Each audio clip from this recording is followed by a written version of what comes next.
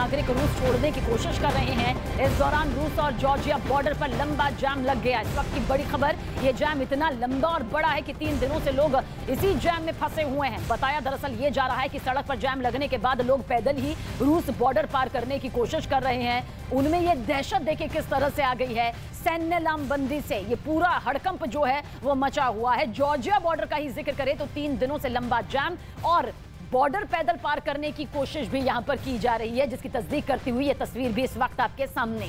दरअसल पुतिन के फैसले का डर, उसकी दहशत रूसी जनता के अंदर इस कदर बैठ गई है कि वो जल्द से जल्द रूस की जमीन को छोड़कर दूसरी जमीन पर कदम रखने के लिए अब तैयार हो चुके हैं। जॉर्जिया बॉर्डर पर 3 दिनों से ये लंबा जाम, लंबी कतारें बताने के लिए काफी हैं कि किस तरह से रूस यूक्रेन युद्ध का जो पासा है वो सीधे सीधे पलटता इसलिए नजर आता है क्योंकि अब रूसी जनता में खौफ भरता जा रहा है। वही खौफ जो पुतिन यूक्रेन की जनता में चाहते थे, यूक्रेन में चाहते थे।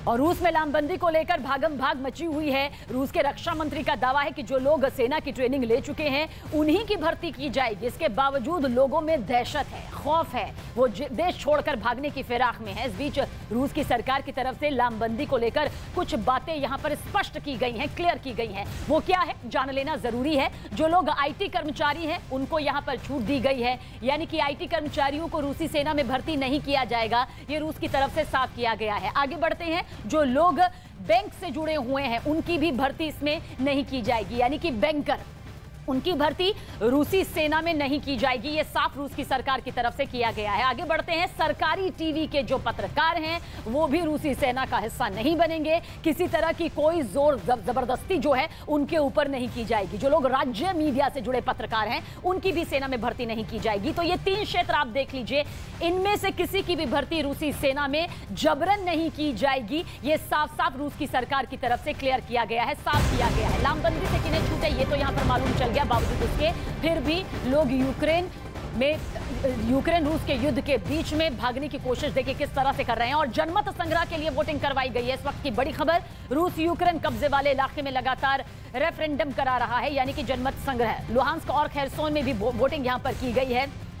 मारियोपोल में भी वोटिंग करवाई गई है। जानकारी दे दें कि रूस डोनेस्क, लुहांस्क, खेरसोन और जापोरिजिया वाले इलाके में ये वोटिंग करवा रहा है, जहां 27 सितंबर तक वोटिंग जारी रहेगी। देखिए ये वो शहर आपको बता रहे हैं जहां पर जनमत संग्रह करवाया जा रहा है। आप समझिए किस तरह से अंतर्राष्ट्रीय स्तर पर इन दोनों देशों पर निगाहें टिकी हुई हैं, क्योंकि असर बाकी देशों पर भी होता है। 2 खेमों में पूरे तरह से देश जो है वो नजर आ रहे हैं। और रूस के इन हमलों से यूक्रेन में भारी तबाही हुई, इसमें कोई शक नहीं। ईरान के ड्रोन इस्तेमाल करके रूस उन हथियारों को टारगेट कर रहा है जो उसे अमेरिका और नेटो से मिले हैं। इनमें टैंक और बख्तरबंद गाड़ियां हैं, यूक्रेन की बड़ी बड़ी तोप और बहुत ही खास और खतरनाक हाइमार्स जैसे मल्टी रॉकेट लॉन्चर्स हैं, जो ज़ेलेंस्की को बाइडेन और नेटो ने बतौर तोहफे दिए।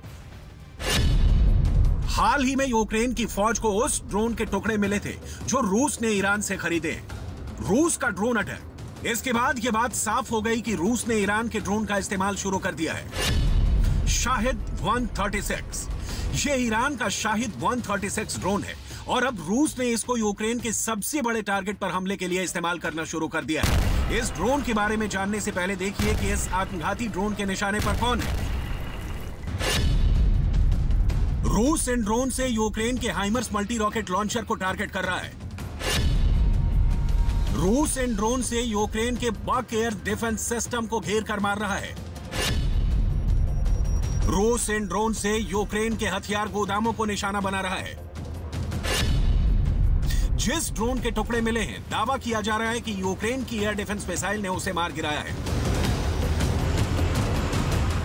यह आत्मघाती शाहिद 136 ड्रोन है जो अपने टारगेट से टकराकर बड़ा धमाका करता है।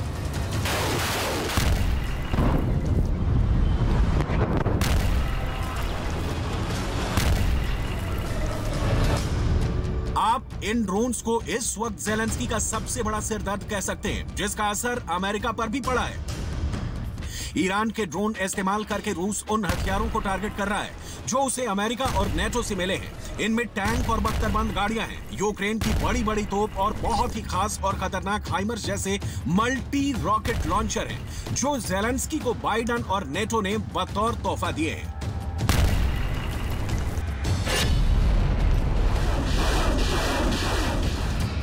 अमेरिका ने ज़ेलेंस्की को जब हाइमर्स सिस्टम दिए तो उसे काउंटर करने के लिए पुतिन का ख्याल आया कि क्यों ना ईरान के ड्रोन इस्तेमाल किए जाएं।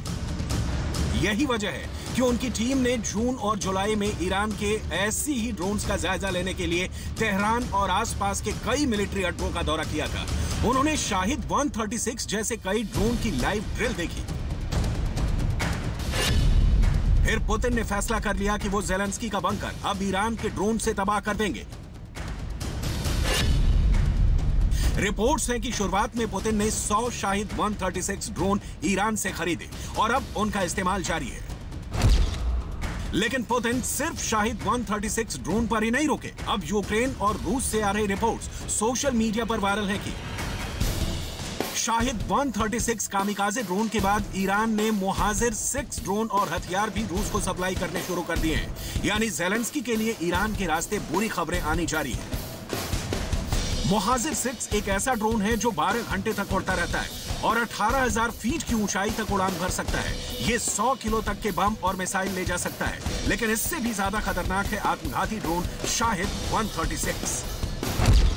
शाहिद 136 वाकई बहुत खतरनाक ड्रोन है जो अकेले हमला नहीं करता, बल्कि एक साथ कई ड्रोन लॉन्च किए जाते हैं। ये आत्मघाती ड्रोन है। इन्हें ईरान का कामिकाज़े ड्रोन कहा जाता है, जो यूक्रेन की पोजीशन पर अटैक कर रहे हैं। देखा जाए तो ईरान अब सीधे तौर पर नहीं तो एक अलग मोर्चे पर अमेरिका को सबक सिखाना चाहता है और इसलिए उसने अपनी ड्रोन वाली ताकत रूस को दी है। जब ड्रोन से अटैक होता है तो आसमान से तबाही बरसती है। ये इसका ओरिजिनल वीडियो है।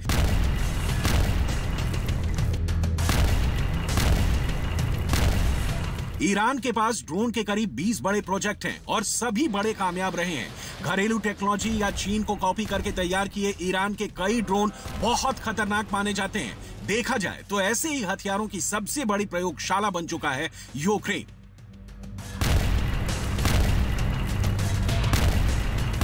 ईरान ऐसे युद्ध में एक नई एंट्री है और उसके ड्रोन्स ईरान की ड्रोन पावर को पूरी दुनिया में पहचान दिला दी है।